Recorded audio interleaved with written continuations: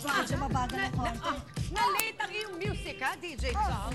At ngayong ang rainy days, mga Mars, ito na ang problema natin mga nanay, ang basang sapatos ni Mister at ng ating mga chikiting, lalo na pag leather ang shoes nila, abay talagang problema yun.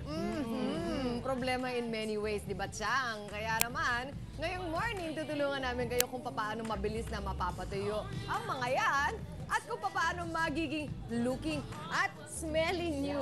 Yung importante, smelling new ang mga sapatos na inilusong sa baha. Right, Mami Tim? Yes, Nyora, ito ang ating unang tip. Pag nabasa, pati ang loob, agad itong patuyuin, pahanginan para mabilis matuyo. Mas mainam kung lalagyan ng dyaryo. Ginagawa namin to. Ang loob ng sapatos, lalo na ang mga leader talaga. Leader shoes. Bukod kasi sa ma-absorb ng dyaryo ang tubig na naiwan sa loob ng sapatos, mapapanatili pa nito ang forma at matatanggal ang yung kulob na amoy ng sapatos. Ang tip number 2 naman natin para masigurong smelling fresh talaga ang mga sapatos. Ito po'y madali lang. Siyempre, ang paborito nating baking soda, mga Mars, eto na. Bubudburan lang natin yung sapatos sa loob.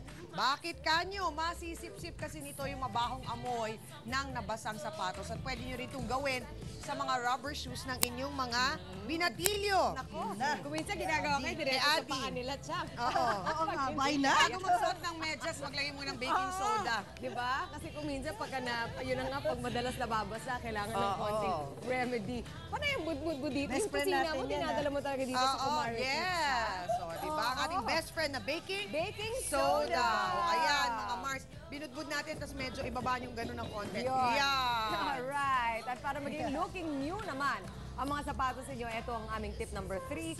Lagi itong lagyan ng biton para mapanatili ang leather quality ng mga leather shoes. Kung wala namang biton o shoe polish, pwede na rin ang balat ng saging na ginawa na natin dati. Yes, yo. Ito, pakita ko yung saging. Ipahid lang ang loob, yung loob na parte ng saging. Ng balat gagamitin ng ng balat saging. ng saging. natin, Nyora, no? Gagamitin natin. Okay, teka muna.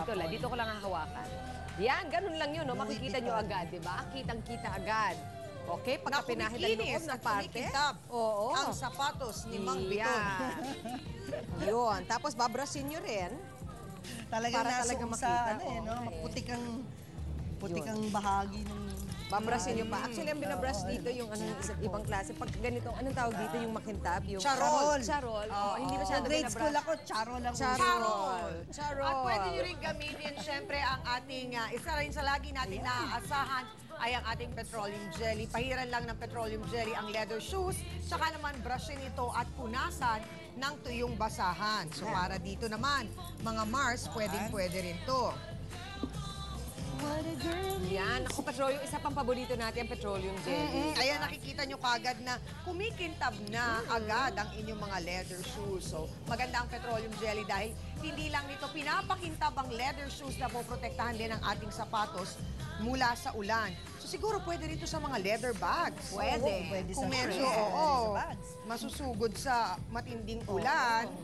Hindi lang pala pang bebe. Hindi lang. Pang shoes. Pero sa, di ba, lagi nga reminder ni Chang, dun, ipaghiwalay nyo yung ginagamit nyo sa inyong face at lips, iba yun.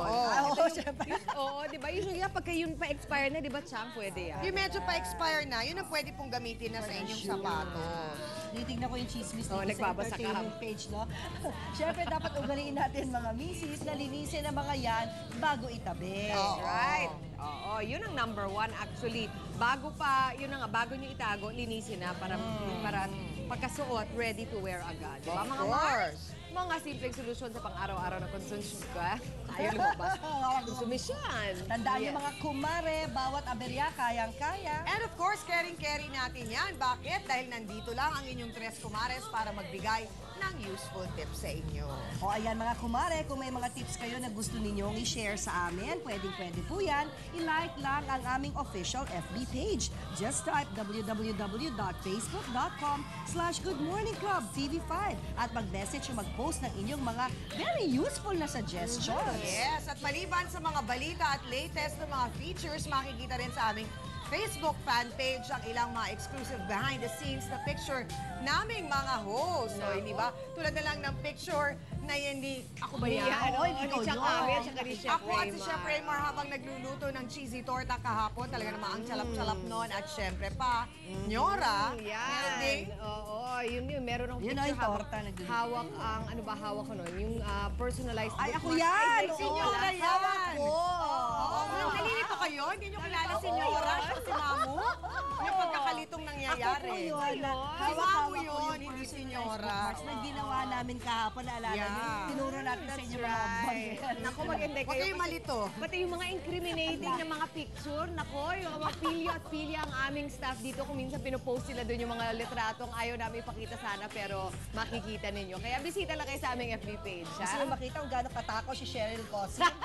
Binuking! Binuking! Uy, wag ka Joke lang, ganyan. love ko yung kumari ko Ay, yan. nako. At mas matakaw ako. Hindi.